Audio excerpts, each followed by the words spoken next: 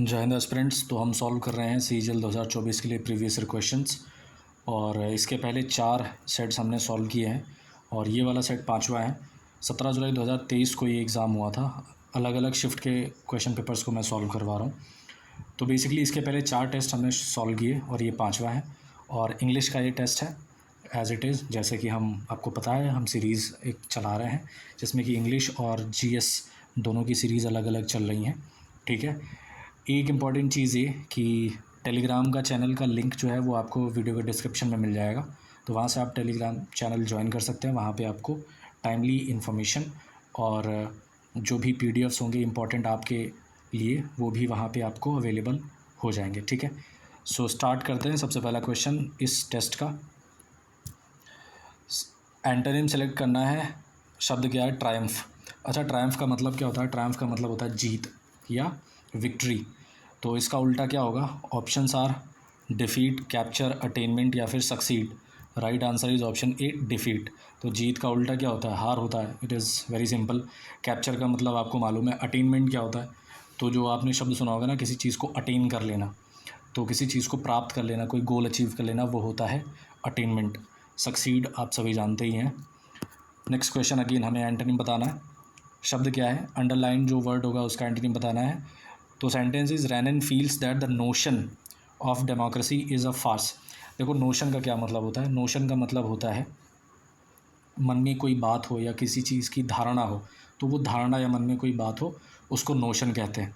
अच्छा, ऑप्शंस की तरफ अगर देखें तो कोशंट, लॉ, रियलिटी या फिर पोर्शन। राइट आंसर क्या होगा? Right answer is option C, reality. जब हमने कहा कि नोशन का क्या मतलब होता है, जब मन में कोई बात हो या विचार हो या कोई धारणा हो तो वो मन में है, that is not in reality. तो नोशन का उल्टा रियलिटी हो जाएगा। कोशेंट क्या होता है? आपने देखा है ना, जब आप डिवीजन करते हो, यानी कि अगर मान लो 15 को 3 से डिवाइड किया जाए तो 5 आया, तो ये जो 5 आया ना, इसी को कोशेंट कहते हैं। ठीक है। पोर्शन क्या होता है? पोर्शन मतलब किसी लार्जर चीज़ का हिस्सा, कोई चीज़ भाग या हिस्सा, उसको पोर्शन कहते हैं। नेक्स्ट क्वेश्चन, अगेन एंटोनिम बताना है। किसका बताना है? वैक्स का। ऑप्शंस में क्या क्या है? इंटरेस्टिंग शब्द है। पॉलिश, केन, वॉल या फिर वेन। अच्छा देखो, कई लोगों को तो पता होगा, जनरली सबको पता होता है वैक्स का मतलब क्या होता है, मोम, है ना। बट एक और भी मतलब होता है जो कि यहाँ पे आपको क्लियर कर दूंगा मैं। वैक्स, आपने देखा है ना, जब चंद्रमा होता है तो चंद्रमा धीरे धीरे एक हर दिन क्या होता है, बढ़ता जाता है और फिर एक समय के साथ धीरे धीरे वो घटता जाता है ना। हर 14 दिन पे उसका वो ऐसा साइकिल होता है। तो धीरे धीरे बढ़ता है और जब कंप्लीट चंद्रमा हो जाता है फिर धीरे धीरे वो घटने लगता है। तो जो बढ़ता है ना, उस प्रोसेस को बोलते हैं वैक्स। चंद्रमा जो डे बाय डे बढ़ता है उसको वैक्स कहते हैं। और इसी का जस्ट उल्टा होता है वेन। जब चंद्रमा का साइज़ टाइम के साथ धीरे धीरे घटता है, वो प्रोसेस होती है, उसको बोलते हैं वेन। ठीक है। तो ध्यान रखना, वैक्स का उल्टा होता है वेन। पॉलिश जानते ही हो, वॉल दीवार होती है। केन क्या होता है? आपने देखा है जो बुज़ुर्ग लोग होते हैं जो वो छड़ी लेके चलते हैं ना, उसको भी केन कहते हैं। एक और चीज़ आपने देखा होगा, जब आप इंडियन आर्मी के इंस्ट्रक्टर्स को देखते होगे, जो DIs जिनको ड्रिल इंस्ट्रक्टर बोलते हैं, तो वो अपने बगल में एक छड़ी दबा के चलते हैं, हाथ में एक छड़ी लिए रहते हैं, उसको भी केन कहा जाता है। ओके। अगला शब्द है, यानी कि कह रहा है इनकरेक्ट स्पेलिंग बतानी है किसकी है। ऑप्शंस आर कोनोटेशन, पैटर्न, दर्थ या फिर क्वेरी। देखो, कोनोटेशन क्या होता है? कोनोटेशन की स्पेलिंग बाय द वे सही है। कोनोटेशन का मतलब होता है, मान लो कोई शब्द लिखा हुआ है, ठीक है, मान लो यहाँ पे ऐसे ये शब्द लिखा हुआ है इनकरेक्टली, तो अब इस शब्द को एक्सप्लेन करने के लिए कुछ और भी शब्द लिखा हुआ होगा यहाँ पे, मान लो ऐसे करके ब्रैकेट में, तो वो हो जाता है कोनोटेशन। तो बेसिकली अगर मान लो कोई सेंटेंस लिखा हुआ है, उस पर्टिकुलर सेंटेंस या पर्टिकुलर शब्द को एक्सप्लेनेटरी, जो उसको एक्सप्लेन करने के लिए अलग से एक शब्द जो वहाँ पे मेंशन किया जाता है, वो उसको बोलते हैं कोनोटेशन। ठीक है। डर्थ क्या होता है? तो डर्थ का मतलब होता है किसी चीज़ की कमी, है ना। और क्वेरी क्या होता है? तो जहाँ से जो खदान होती है ना, हिंदी में अगर एक शब्द में बोलें खदान, तो जहाँ से मिट्टी खोदी जाती है, जहाँ से पत्थर खोद के निकाले जाते हैं, तो खदान को क्वेरी बोलते हैं। अच्छा, इसमें जो राइट आंसर है that is option B, pattern. Pattern की स्पेलिंग गलत है। क्या गलत है? इसमें एक ही टी होगा। ठीक है। अच्छा, पैटर्न क्या होता है? आपने सुना होगा ना, Harshvardhan was the pattern of literature, art. तो पैटर्न का मतलब होता है जो संरक्षण देता है या जो सपोर्ट करता है, उसको पैटर्न कहते हैं। अगेन अगला क्वेश्चन है एंटोनिम बताना है। सेंटेंस लिखा हुआ है she was upset seeing the scattered documents. Scattered का उल्टा बताना है। तो सबसे पहले स्कैटर्ड का मतलब क्या होगा? तो स्कैटर्ड का मतलब होता है बिखरा हुआ, है ना। और इसका उल्टा क्या हो जाएगा? ऑप्शंस देख लेते हैं।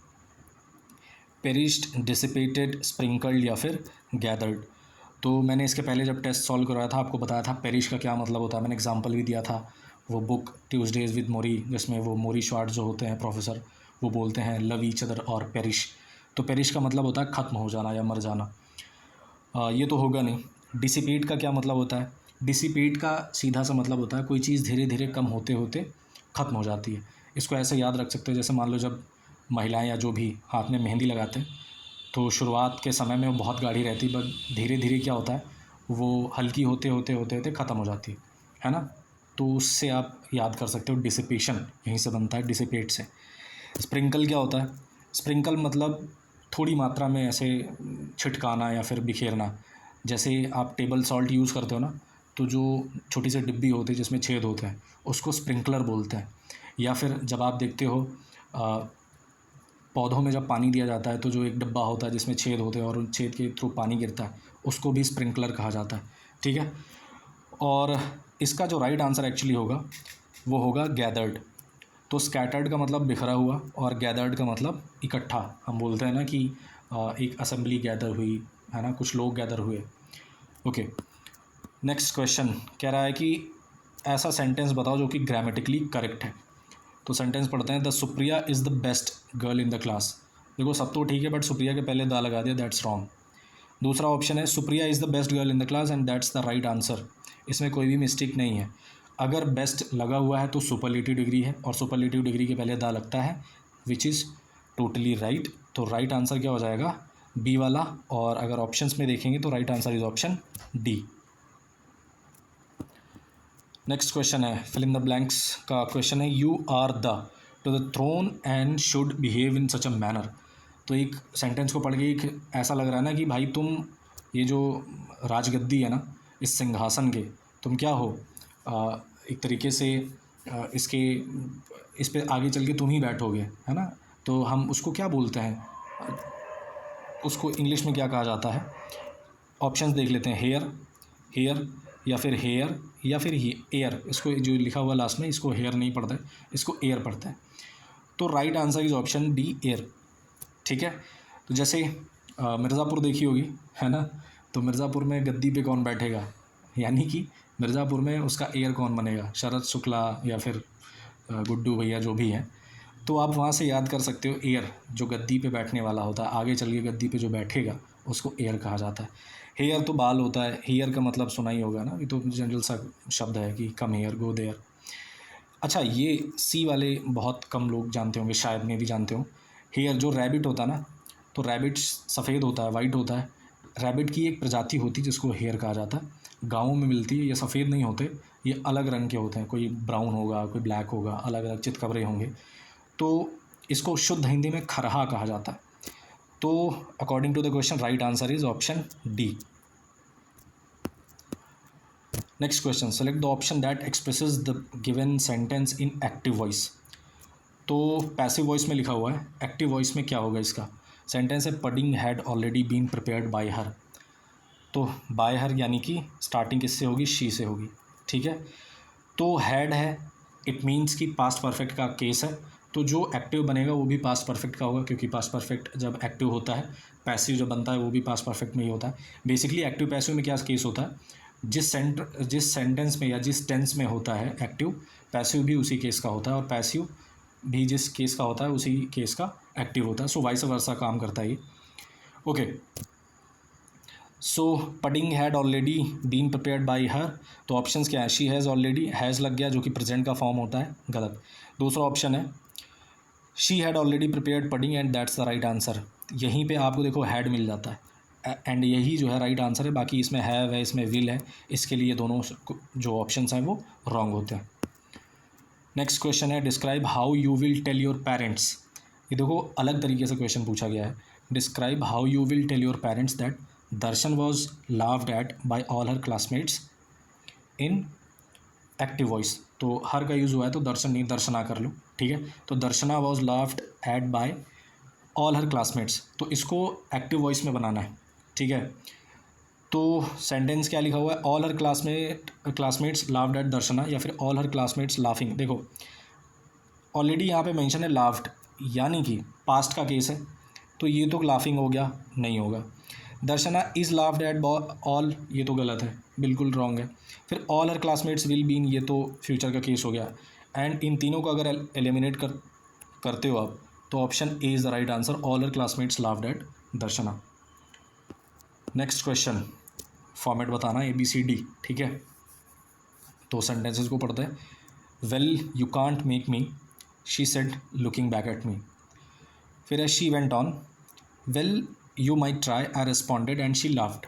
ओके, यहाँ तक ठीक है, कुछ सेंटेंस लिखा हुआ है। फिर she came in and we said hello, then she just looked at me and said what do you want, McKenney remembered, ठीक है। अब है well I want you to grin and seem please, I added. देखो दो लोग मिले, दोनों ने आपस में बातें करी, ये टोटली एक सेंस दे रहा है। तो अगर आप सेंटेंस जब पढ़ते हो चारों, तो एक तो सेंस डेवलप हो जाता है कि भाई सबसे पहला जो सेंटेंस होगा वो सी होगा, ठीक है, क्योंकि यहीं से ही पहली बार ये दोनों लोग मिलते हैं। एंड अगर आप ऑप्शन में देखते हो तो एक अकेला ऑप्शन है जिसमें शुरुआत ही सी से हुई है, वो है option D, and that is the right answer. कोई इसमें दिमाग नहीं लगाना, सीधा आगे बढ़ता है।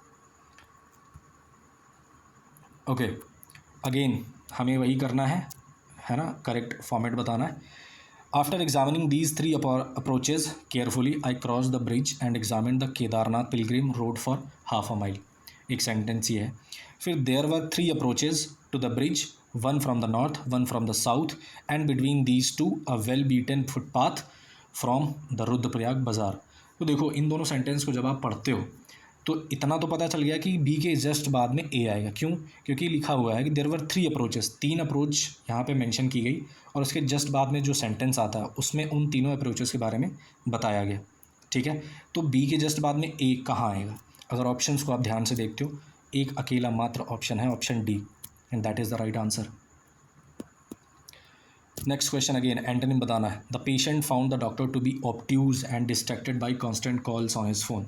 तो पेशेंट ने देखा कि डॉक्टर भाई साहब ऑब्ट्यूज़ हैं और उनके फ़ोन पे लगातार कॉल्स आ रही हैं जिसकी वजह से वो डिस्ट्रैक्टेड भी हैं। तो ऑब्ट्यूज़ का मतलब क्या होगा? आपने पढ़ा होगा मैथ्स में, ऑब्ट्यूज़ एंगल होता है। ऑब्ट्यूज़ एंगल कितना होता है? 90 डिग्री से ज़्यादा, 180 डिग्री से कम।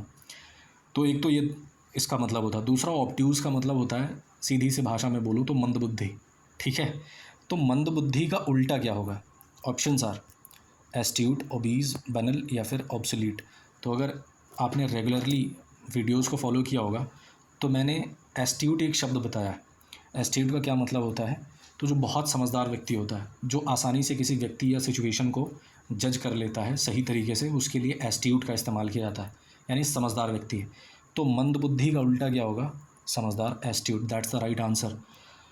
बाकी के जो ऑप्शन है, ओबीज, ओबीज पता है क्या होता है? मोटापा। जो बहुत मोटा व्यक्ति होता है ना, बहुत वज़न वाला, उसको ओबीज बोलते हैं। यहीं से बनता है ओबेसिटी, जिसको मोटापा कहते हैं। बैनल क्या होता है?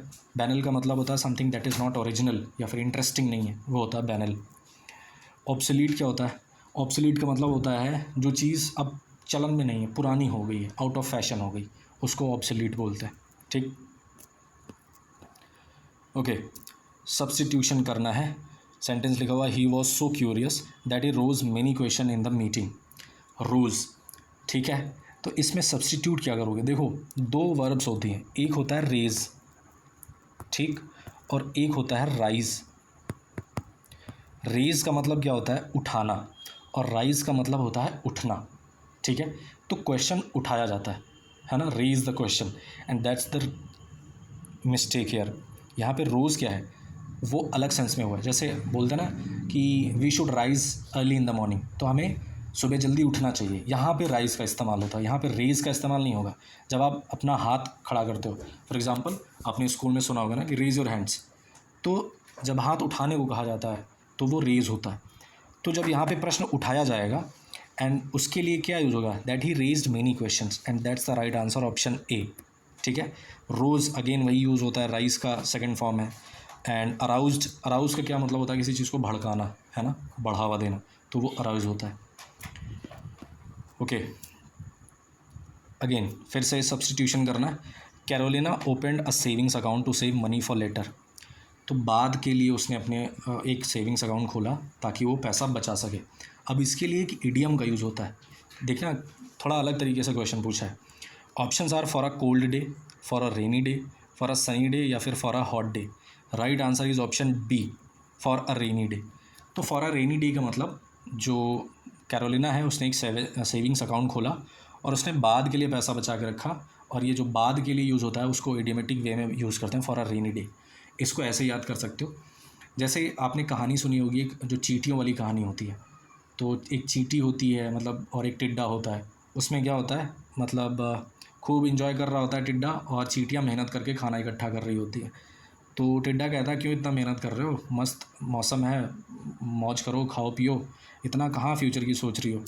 बट चींटियाँ नहीं सुनती, अपना काम करती रहती हैं और अपना खाना इकट्ठा करती रहती हैं। वो भी समझाती है टिड्डे को कि भाई बारिश का समय आने वाला है, खाने की बड़ी किल्लत होगी, तो तुम भी कुछ काम कर लो, खाना इकट्ठा कर लो, ताकि बाद में काम आएगा जब बारिश का मौसम होगा। बट टिड्डा नहीं मानता। वही है कि फिर बाद में पछतावा होता है, फिर वो जाके चींटियों के पास खड़ा होता है, फिर चींटियाँ उसकी हेल्प करती, दैट्स अनदर थिंग। तो बेसिकली मेरा समझाने का मतलब था कि जो रेनी डे होता है उसको याद कर लो कि कठिन परिस्थिति के लिए अपना कोई चीज़ बचा करके रखना। तो वही है कि money for save money for later means save money for a rainy day. ठीक है, right answer is option B. Next question again one word substitution का क्वेश्चन है। सेंटेंस लिखा हुआ a similarity between like features of two things of on which comparison में be based. देखो, इसका कहने का मतलब है कि दो चीज़ें हैं, उनके बीच में कुछ सिमिलैरिटी होगी, उन सिमिलैरिटीज़ को बताते हुए उनके बीच में कंपैरिजन करना। इसके लिए एक शब्द क्या होता है? ऑप्शंस आर एनालॉजी, या फिर या इसको एनालॉजी बोलते हैं, अमलगमेशन, एपैथी या फिर ambiguity. Right answer is option ए। बाकी के जितने भी शब्द हैं ना, अमलगमेशन का मतलब होता है किसी चीज़ को मिलाना, दो ढेर सारी चीज़ें उनको एक में मिलाना, उसको बोलते हैं अमलगमेशन। एपैथी क्या होता है?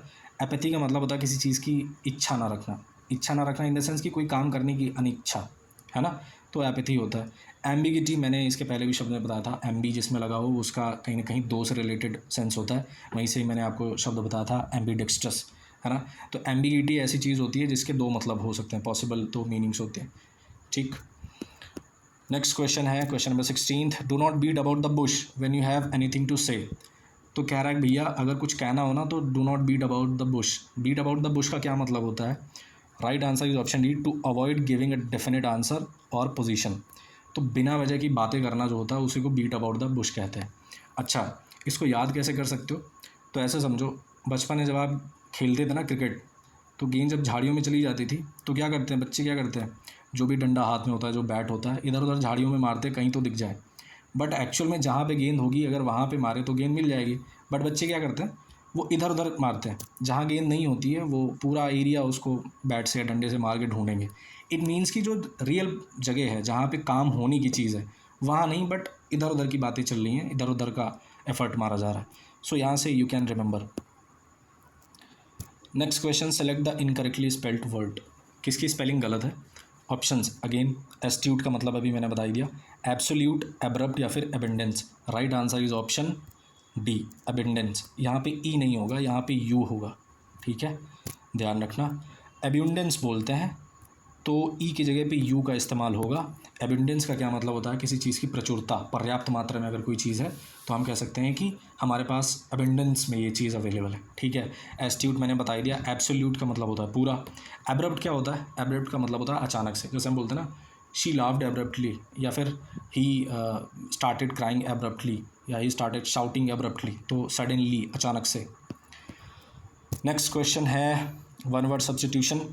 Sentences the money paid to former wife या फिर हस्बैंड और partner when the marriage is ended. Okay, तो इसके लिए क्या शब्द यूज़ होता है? कहने का मतलब है जब एक कपल के बीच में डाइवोर्स हो जाता है तो कुछ पैसा पे करना पड़ता है पहले को। अगर आप पति हो तो पत्नी को पैसा पे करना पड़ेगा टाइमली, पत्नी हो तो पति को पे करना पड़ेगा। तो उस पर्टिकुलर जो पैसा पे किया जाता है उसको इंग्लिश में क्या बोलते हैं?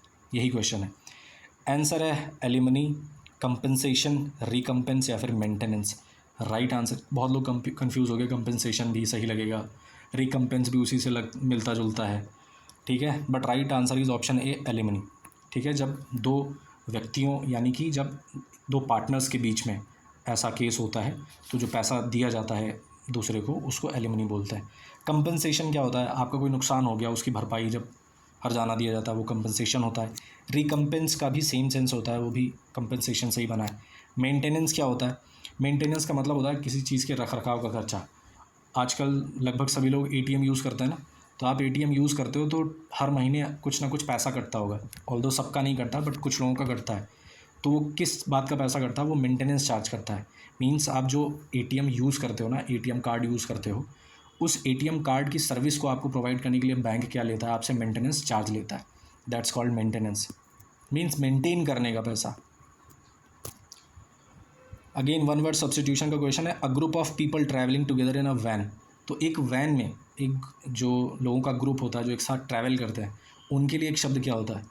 ऑप्शंस आर जिप्सीज या फिर कारवां या फिर ब्रूड या फिर कॉन्स्टलेशन।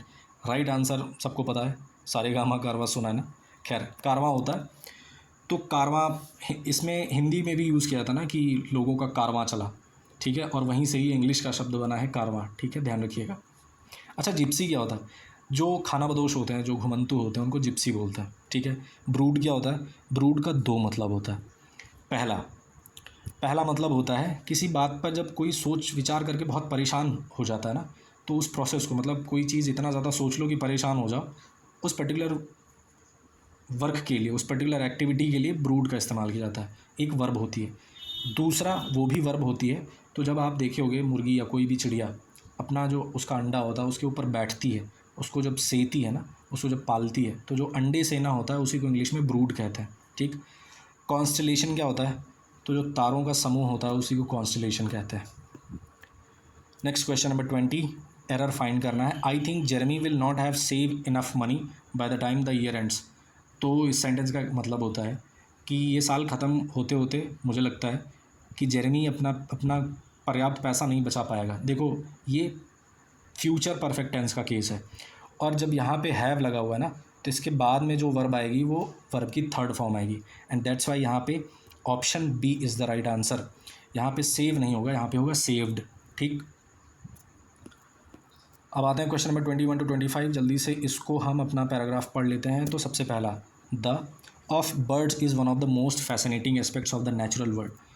तो इस नेचुरल वर्ल्ड का सबसे फैसिनेटिंग एस्पेक्ट क्या है, चिड़ियों में जो डाइवर्सिटी है ना, जो विविधता है, and that's the right answer. Question number 21 का राइट आंसर क्या होगा, ऑप्शन डी, डाइवर्सिटी, ठीक है।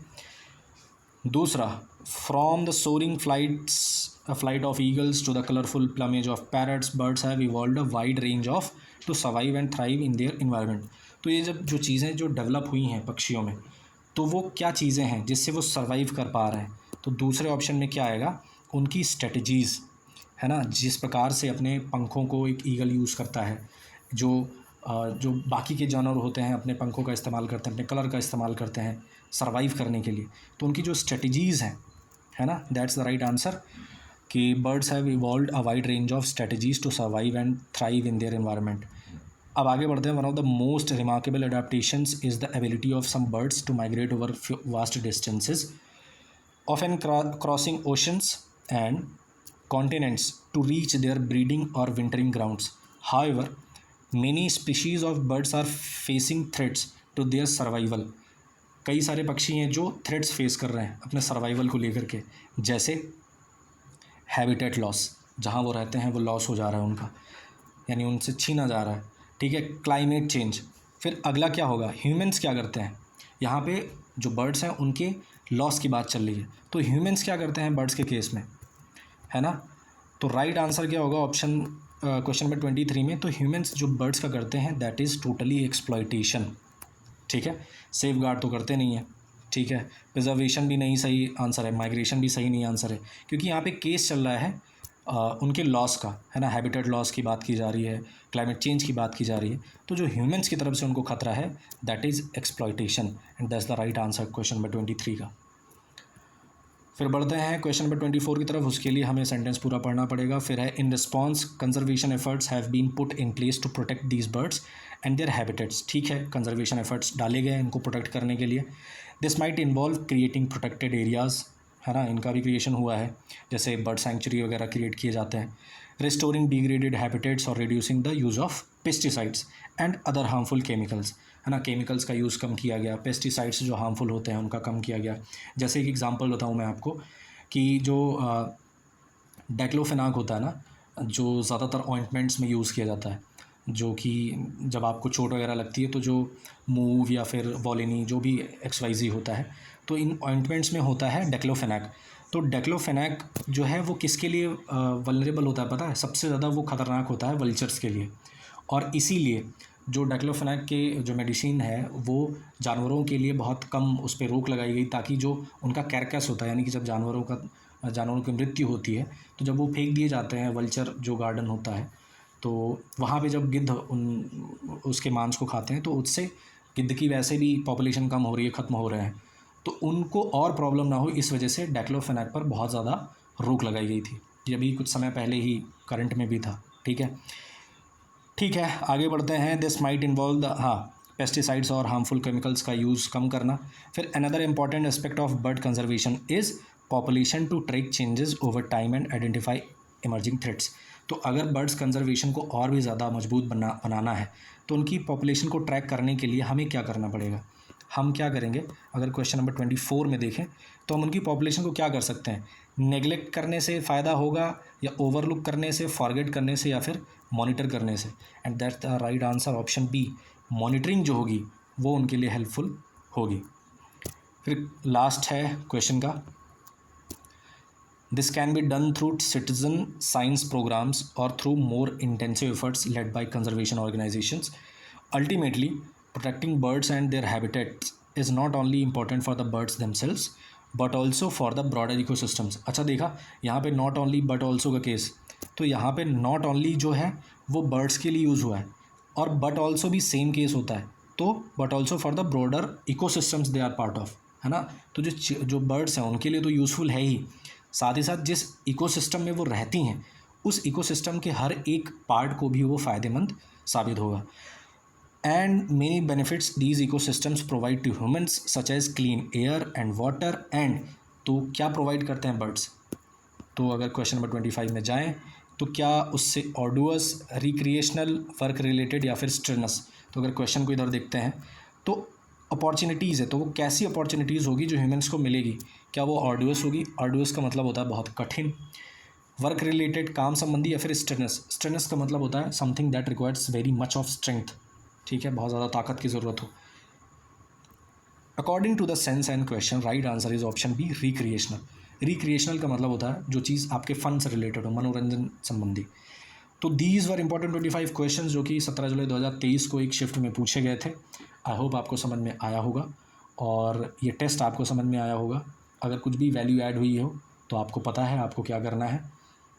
साथ ही साथ एक चीज़ मैं इम्पॉर्टेंट बता दूँ कि टेलीग्राम चैनल जो है वो शुरू हो गया है, तो ये है यूज़र नेम, यहाँ से आप ज्वाइन कर सकते हो। वहाँ पे आपको टाइमली अपडेट्स मिल जाएंगी। अगर वीडियो की नोटिफिकेशन नहीं आती है तो वहाँ पे आपको मिल जाएगी। साथ ही साथ जो भी इंपॉर्टेंट PDFs होंगे वो भी वहाँ पे आपको मिल जाएंगे, ठीक है। तो अगेन आई होप आपको समझ में आया होगा। ऐसे ही पढ़ते रहिए, हंसते खेलते मुस्कुराते रहिए। मिलते हैं नेक्स्ट वीडियो में। ख्याल रखिए, खुश रहिए, जय हिंद।